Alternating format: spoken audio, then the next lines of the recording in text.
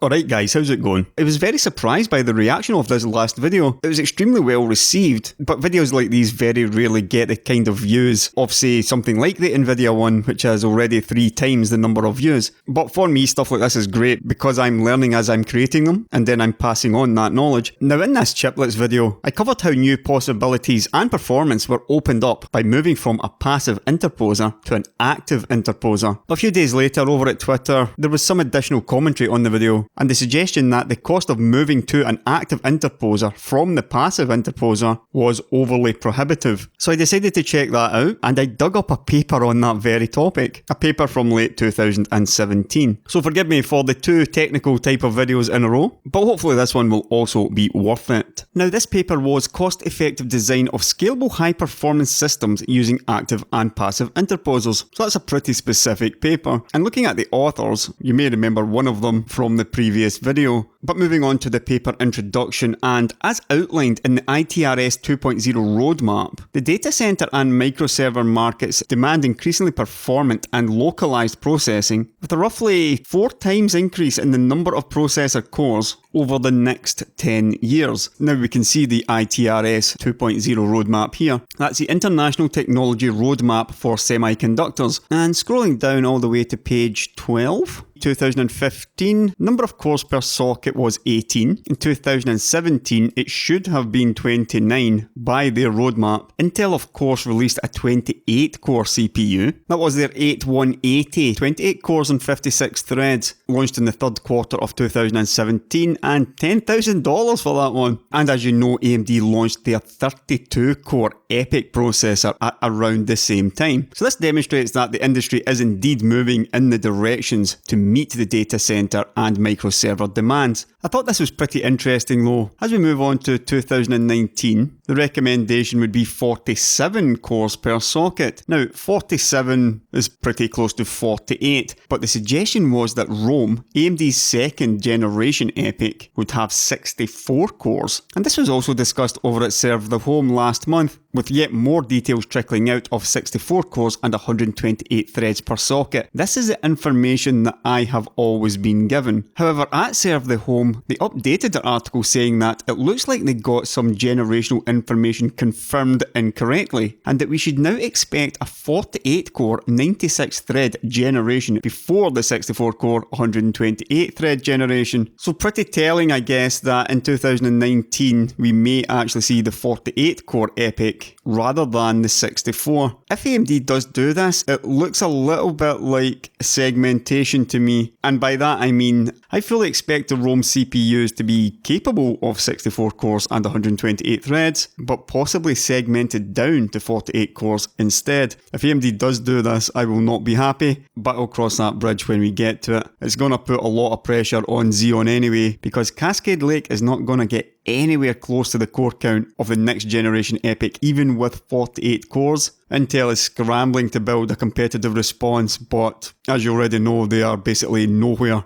And the main reason why Intel is stuck at 28 cores is this: conventional process scaling is becoming increasingly difficult and expensive. I've talked a lot about Intel's TikTok and how they have been a one-trick pony, because all they ever did was shrink transistors every couple of years, and every new node was almost doubling the transistor count. Moore's Law. But Moore's Law started slipping. Almost all foundries are no longer able to meet historical transistor scaling rates. So in order to stick to this roadmap, this quadrupling of core count over the next 10 years, this requires new architectures, and especially the transition from monolithic many-core CPUs to chiplets. There is only one possibility of reaching these core counts, and it is by splitting large CPUs into much smaller CPUs. And at the start of this paper, it does note that manufacturing yield can be improved by adopting chiplets, ideally with identical modular structure, to reduce design and mask cost. And that's exactly what AMD did with Zen. They designed one native 8-core CPU, split into 2 4-core CCXs as we see here, and this one chip design covers every Ryzen, every Threadripper and every EPYC CPU, all the way from the quad-core R3s to the 32-core EPYC 7601. All with the one photo mask. They had to do it this way because AMD was out of money and they couldn't afford to pay for more masks. that could cost around a couple of $100 million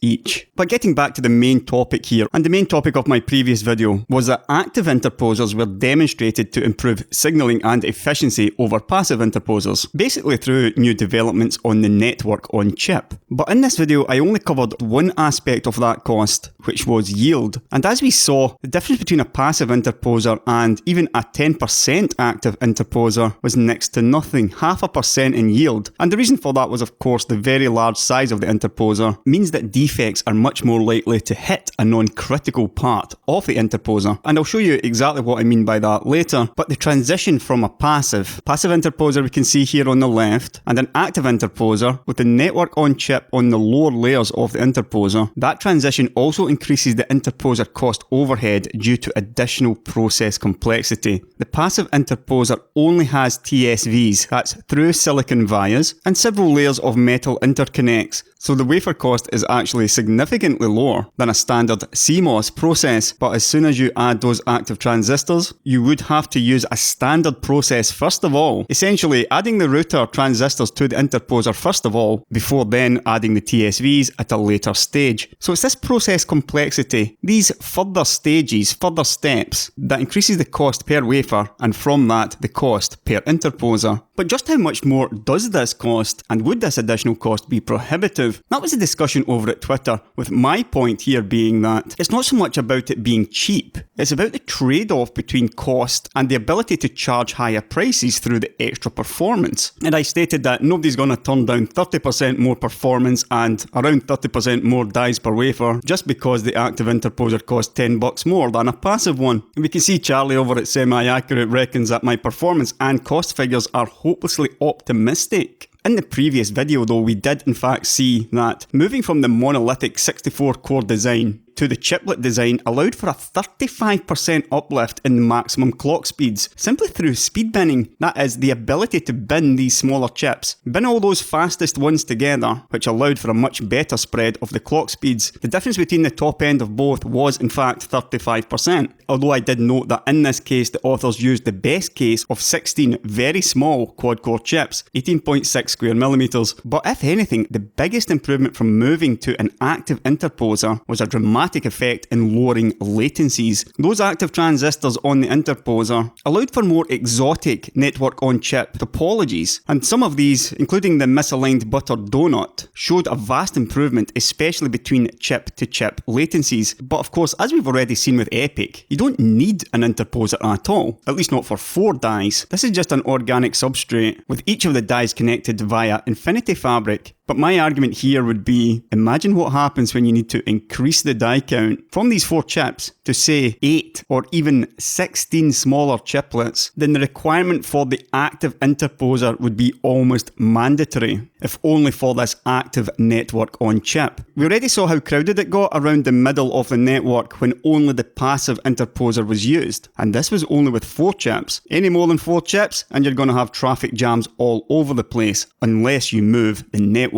to the interposer. So really this is where my 30% performance increase comes from. It would come from the vastly better latencies that we got from these exotic network-on-chip topologies, and also from this ability to speed bin chips even further. And the important thing here is, the smaller these chips get, the more the clock speeds will shift to the right. And it's essentially an economy of scale, which is another thing I'll touch on at the very end of this video. But what about the cost? Was $10 a reasonable estimate or hopelessly optimistic? This is where it all gets quite interesting. And at this point in the research paper, it gets pretty complicated with formulas. Or formulae if you're Latin. I'm not even going to attempt to cover some of these, but I will show you the results and how they got there instead. And essentially it came down to these 2 charts. On the left here we've got a manufacturing cost breakdown of 2 8-core chiplets on interposers fabricated on different nodes, all up against this one single monolithic 16-core die.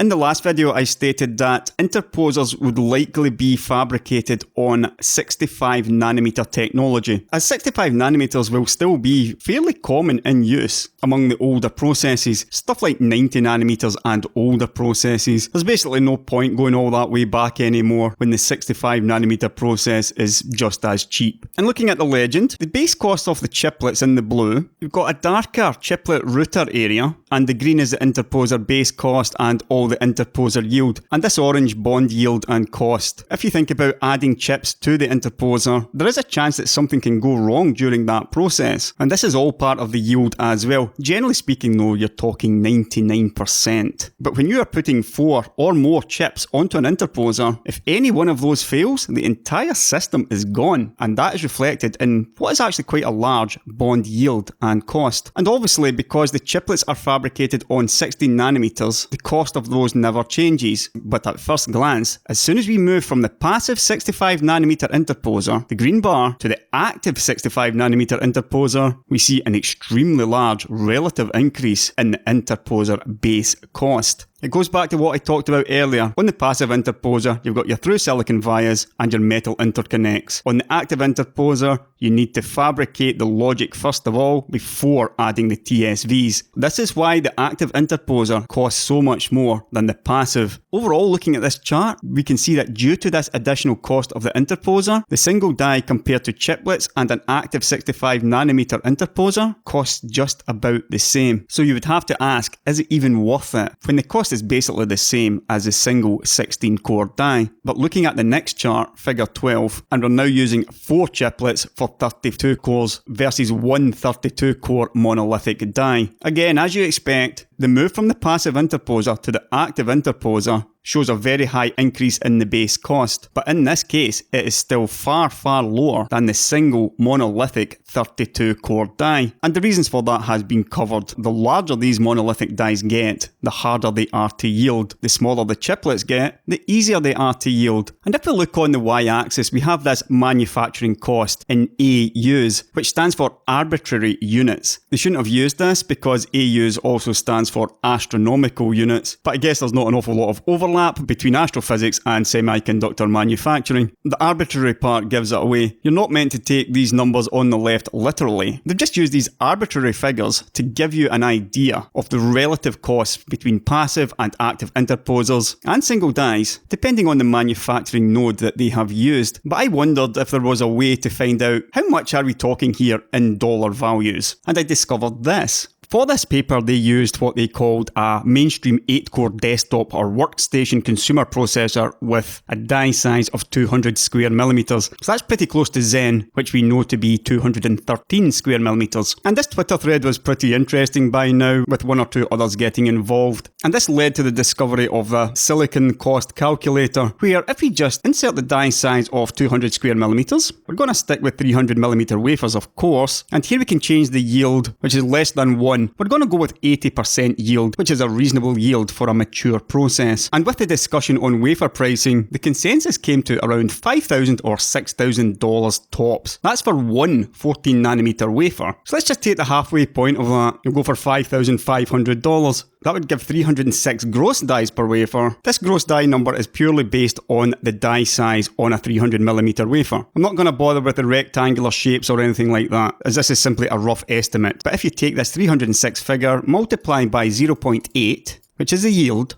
and that would give us 244 good dies or usable dies on the wafer. Now we stick that in memory, and we now simply take the $5,500 cost of one single wafer and divide that by 244. And here we get the cost per die of $22.5. That is all usable chips on the wafer, has a silicon cost of around $22. At this point I decided to take a look at this chart up close in paint. Now these units on the left may well be arbitrary, but the relative cost between the chiplets and the interposer should be accurate. So I decided to just zoom in on this image and count the pixels, first of all for the chiplet base cost and the chiplet router area. So that's all of this blue part on the passive 65 nanometer process. So at the bottom here, we can see on the bottom left corner 578 pixels, and then I've chosen 402 pixels for the top. It's actually 401, but I'll try to keep a nice even number by going with 402. So 578 minus 402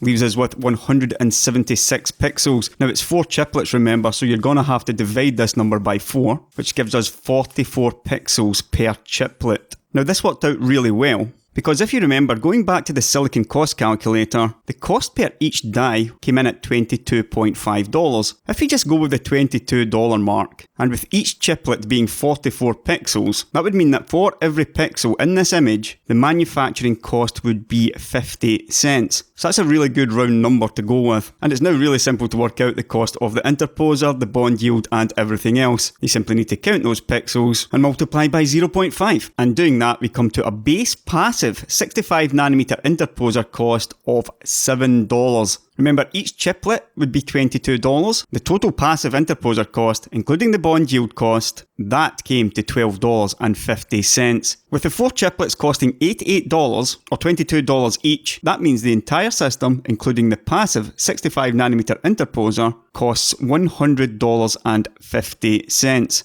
Now moving on to the active 65nm process, and as mentioned, we saw a very large increase in the cost. You may notice a difference though, as there is none of this darker blue line on the active 65nm interposer. And this one is pretty interesting because the reason for that is that the chiplets themselves, the 4 chiplets, no longer require any routers for themselves because all the routers go onto the interposer. As you see, it's actually a very small dollar saving, and for this purpose, I'm simply going to ignore that and stick with a total chiplet cost of $88. But counting the pixels off the base cost of the interposer, and that has now risen from the passive cost of $7 to the active cost of $25. Furthermore, because the routers have been moved onto the interposer, the router itself now actually has quite a large yield cost. We can see why this is down the right hand side with the interposer area utilization. On the active 65nm process, the interposer is more than 30% utilized.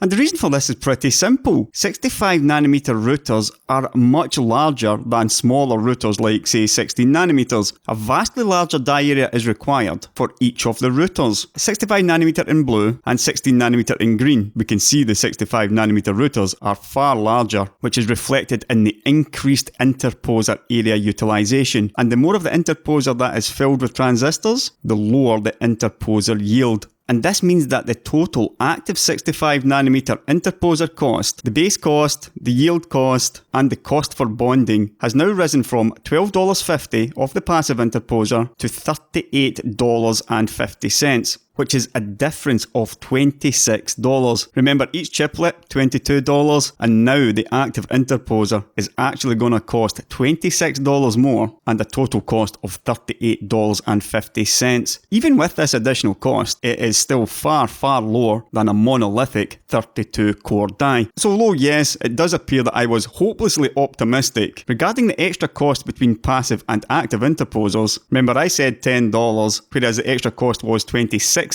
I was clearly pretty far out in percentage terms. However, the actual increase in system cost is still way below the 32-core monolithic die. But this one wasn't over yet. Now here's an image of interconnects and defects. The grey part would be interconnect, and we can see smaller green defects and much larger orange defects. In the first example, the interconnect has been hit with a small defect, but this is a non-critical defect which does not affect the signal crossing the wire. And in the second example, we see another defect coming in between 2 interconnects causing no problems. In the third example though, this much larger defect has caused a short between the interconnects, and this would be enough to break the interposer. The final example shows an open cut, and the signal would no longer be able to traverse the interconnect. Again, a critical defect, causing a loss of the interposer and a reduction in overall yield. And that's just for the wires. You can imagine the same thing happening for the routers themselves. If a critical defect hits a router, the entire interposer is useless. And that's why this active 65nm interposer yield cost is so high. If you compare it to, say, the 40nm, 28nm and the 16nm active interposers, we see a continuous reduction in the yield cost for the routers. This is simply because the interposer size stays the same, but the routers in the more advanced nodes are much smaller, so they are much less likely to be hit by a critical defect. And this factor does appear to reduce the usefulness of the active 65nm interposer. There is of course a solution to this problem, and that is increasing the interposer yield through fault tolerance. Starting with 1. Fault-tolerant routers, and 2. Redundant interconnects. And using examples of fault-tolerant routers, the active Interposer router yield cost came in just 4% higher than if the Interposer achieved ideal yield. In the case of redundant interconnects, adding only a small number of redundant wires to each link in the network on chip is sufficient for achieving close to ideal yield. The yield was 97% before redundancy, but by adding 2 redundant routes per bus, any one short circuit or any 2 open circuits can now be avoided simply by adding more wires, improving the interconnect yield to basically 100%. What this means in simple terms is, these darker green bars, the Interposer yield, router and link costs, are now effectively identical to the passive 65nm cost. And removing the lion's share of those two costs results in an active Interposer cost of $9 less,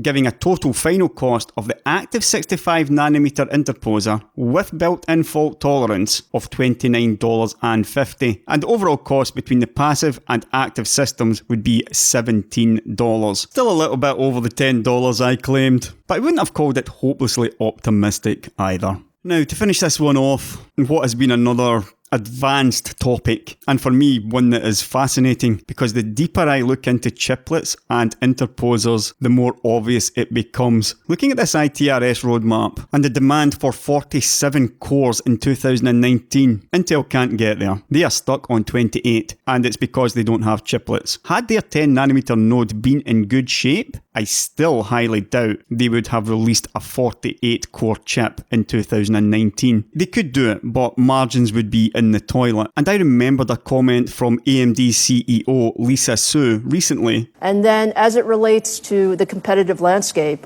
we feel really good about the competitive landscape. When we planned our roadmap, we always do, scenario planning on, where the competition will be. And I think as it relates to where our 7nm product is, we feel very good about where we're competitively positioned. They had designed Rome, that is EPIC 2, basically believing that Intel would be around this 48 core mark. I now believe that this is what she meant. AMD developed Rome for 64 cores, expecting Intel to be at 48, when in actual fact, Intel is at 28. When Lisa says that she feels very, very good about this, you can imagine why. Whether or not Rome has 48 or 64 cores, it's gonna be a massacre. And it will continue to be a massacre over the coming years, because you simply cannot get to these numbers without chiplets. And going back to the paper I used in the previous video, which was enabling interposer-based disintegration of multi-core processors, and this part was really, really interesting. The higher clock speeds allowed by smaller chiplets. And I talked earlier in this video about economies of scale, and it made me realise the massive advantage that Intel has had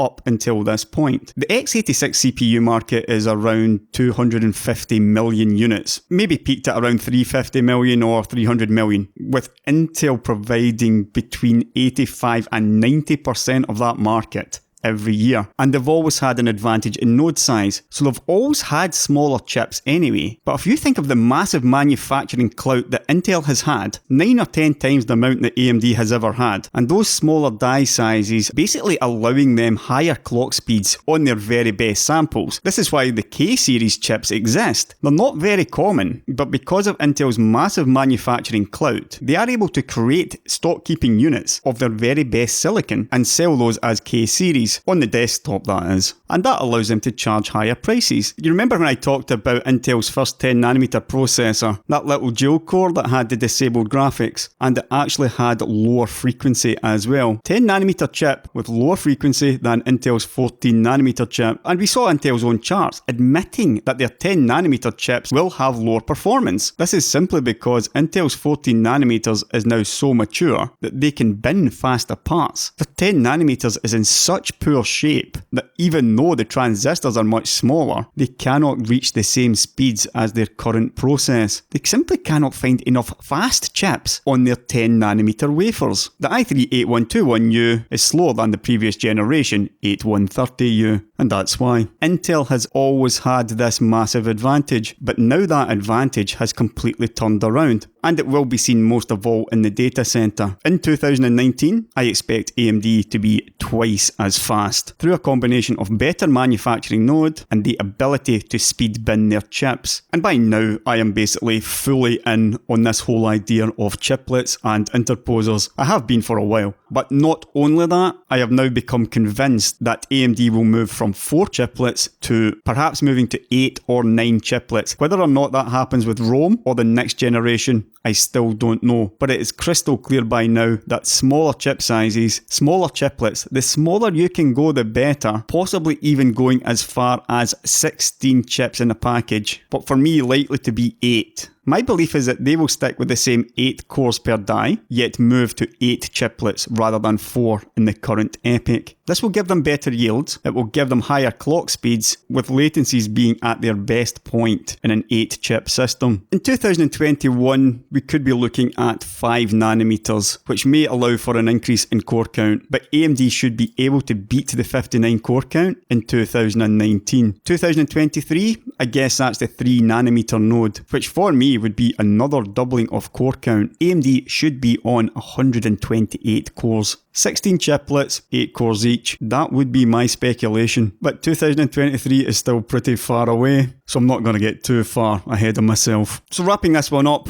hopefully you found it informative again. I know a lot of you like the semiconductor stuff, and some of you find it just a little bit too technical. And for me, there's a lot of research goes into this, which is why they take so long. I'm going to tone it down a bit now though, and get back to something a little bit simpler for the remainder of July. I'll catch you later, guys.